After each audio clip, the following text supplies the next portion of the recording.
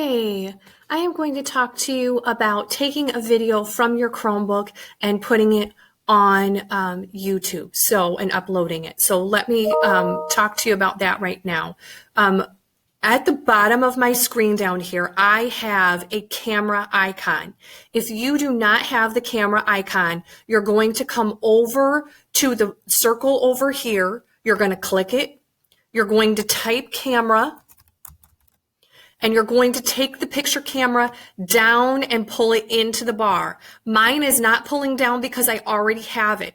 If you are in the situation where yours is not pulling down either and you do not have it in the bar, I want you to come down here and double click, and you're going to be able to unlock this so that you can pull things down into the bar, okay?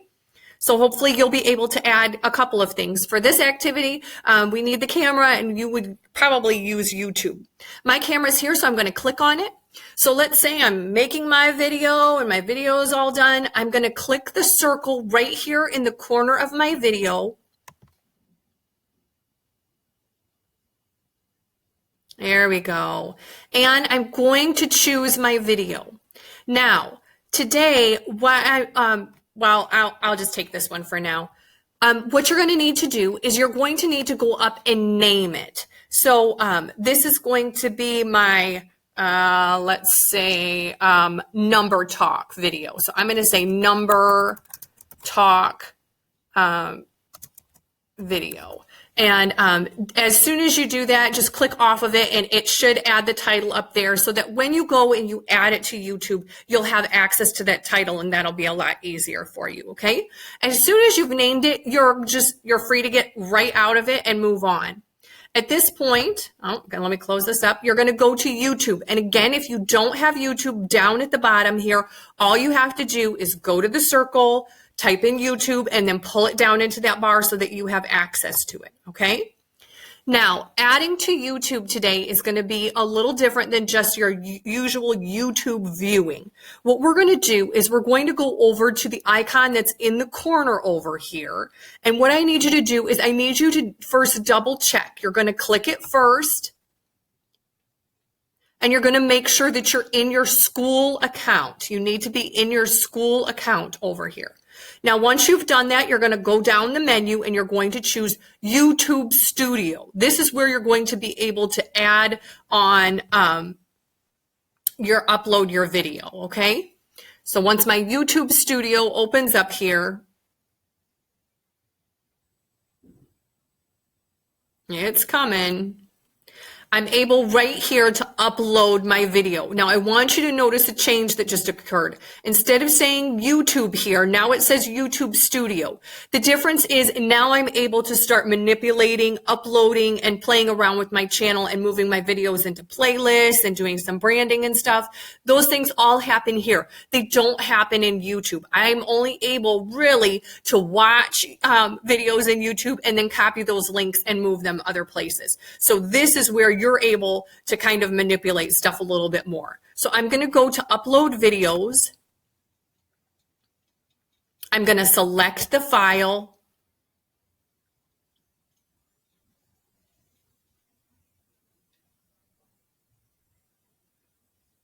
And I go up to the word recent because that will show the one that I just recently did. You can also go to videos and it will show you the videos that you just used. Now, the one I did is old, and so I'm thinking it's not going to pull up. So that would be, I think, in my downloads, but there we go, the number talk video.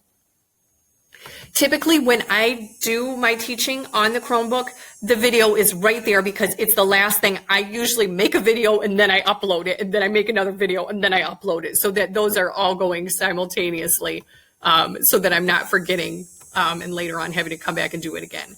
So here I am selecting the file. It's uploading. And I'm just going to tell you, somebody was saying, you know, it's taking a long time. Is there a quicker way? And I just think we're going to have to use a lot of grace in this season because you are not the only one using YouTube to upload videos. Thousands of teachers are now using this platform. And I just think we have to be just understanding that you're not the only one. So you'll notice right here that it immediately came up with the title that I gave at the, when I saved it. in my files. And so if you forgot at that point, you can rename it here. I also can number talk in the classroom. You can leave a description, room there, and then I'm going to roll down. Now, I like to put a thumbnail on. Usually it's going to give me 3 choices right here, here, and here when it's done loading. And usually those pictures are, you really got to struggle to pick the best one, because one of them I've got my eyes closed, one of them's got a good shot at my nose, and another one, my hair's out of place or something. And so I did not like that. This is one way that you can brand your channel or your videos, is to upload a thumbnail. And by doing this, you can go in Google Slides and you can make a slide, and then you can upload that as that title for your video. This helps students know that they found you. It helps them know that it's your video. And so here, mine is in my Drive, and I'm going to do a separate video to show you how to make that title slide. So if you're interested, you can get that in my channel. You just open, and there it is. Okay. Or you could choose one of the other 3 at that time to choose at that time. Next, I'm going to roll down and I'm going to look at playlist. A playlist is where you can kind of group your videos together. So I might put them, if I'm doing a whole week's worth or if I'm doing a day's worth, it's all up to you and how you think it's going to be easiest. I think if you're doing a week's worth and you've got 1 a day, that's probably a good selection. But if you're doing like 3 or 4 a day, I'm not sure if you want to just put the date and then save them in that playlist. It's easier for parents to find it, and you can take the playlist, has its own URL, and so you could send your families, your students, the URL for the playlist, and then they'll consecutively come up and the kids can see all the videos at once. If you don't have playlists, which is just fine, you can click New Playlist here, and you can type in a title that you want. So if you are saying, I don't have anything for September here, so I could type in that I want a playlist for September, and then type that in, and then it's going to give you the visibility. Public means that people can get on and they can search you and they can find you. Anybody can. Private is a little more locked down. I like to use the unlisted, because unlisted, they have to have my link. So I have to take my link and send it to them in order for them to find it. They can't just look and find it. With the content that we're using, I know my content, I was reading books, I was doing the curriculum. It wasn't licensed to be on YouTube, and I knew that. I didn't have the copyright permission in order to do that. So I wanted it to be unlisted because I didn't want to get in trouble for people viewing it or sharing it, or content that I knew I didn't have permission to do. So I unlisted it. My families did not like that. I'm just going to tell you up front, they wanted to be able to search me. 70% of my families use their phone or they use their smart TV to look on YouTube to find me. They wanted my videos to be public, and I was able to make them public for a week. And then after the week was up, I could go in and I could unlist them so that they just had the content when they needed them. And now, like this summer, you couldn't go and find me because there's no reason you would need to be doing my lessons in the summer. So that's an option too. You can always go and change that. So I would it's up to you about how you want to do your channel, okay? Once you've made your choices and you've got your title, you're going to push create. I do not need another channel, so I'm not going to, but you can click on teaching videos and then push done, okay? That's what I chose. Okay. Then you're going to roll down and you're going to make a choice here. Yes, it's made for kids. And I don't see why you wouldn't at any level not say, yes, it's made for kids. This is going to take the questionable ads out of it and it's going to make it appropriate for everyone. So just make sure that you mark, yes, it's made for kids. You'll notice right over here that this is where you can copy the video link and then you can go and share it in an email on your Google Classroom. You can attach it to a slide, which I'll talk about later. So there's a lot of stuff that you can do with that. So that's where you could find your link. I'm going to go to next. I don't know anything about these. I never messed around with these or played with them. So I just always push next.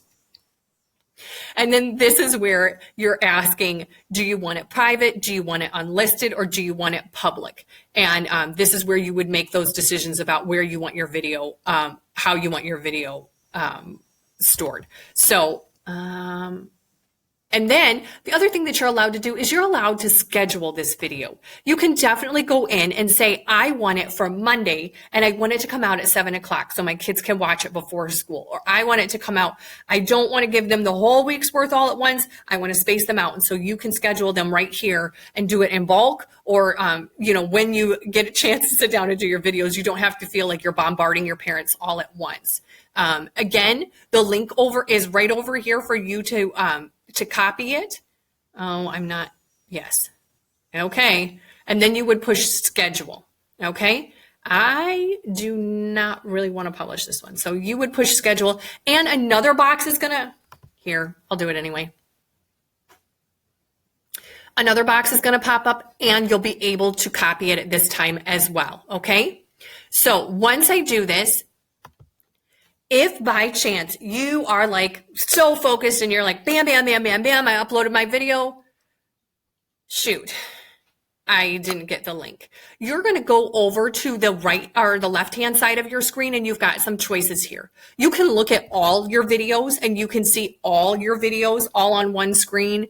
And so that's kind of nice because then this is where I would go and I'd like click all of last week's videos and go and unlist them. And so that was kind of nice to be able to do that.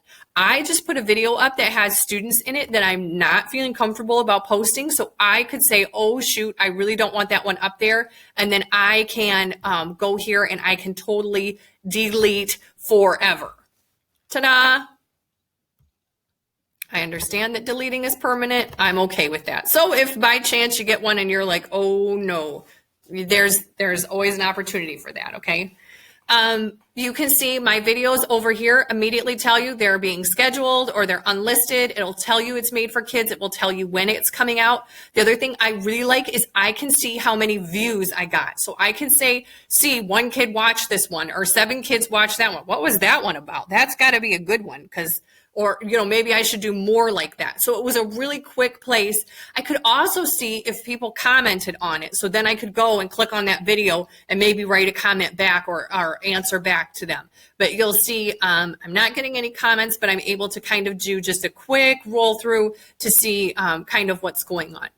The other place to go and see your videos is to go to your playlists, which again is right on your left-hand side there. And then you're able to see your playlists all in one spot. You can also edit them, like they will open up and you can mess with each one, like move the videos around or take some of them out and put them other places.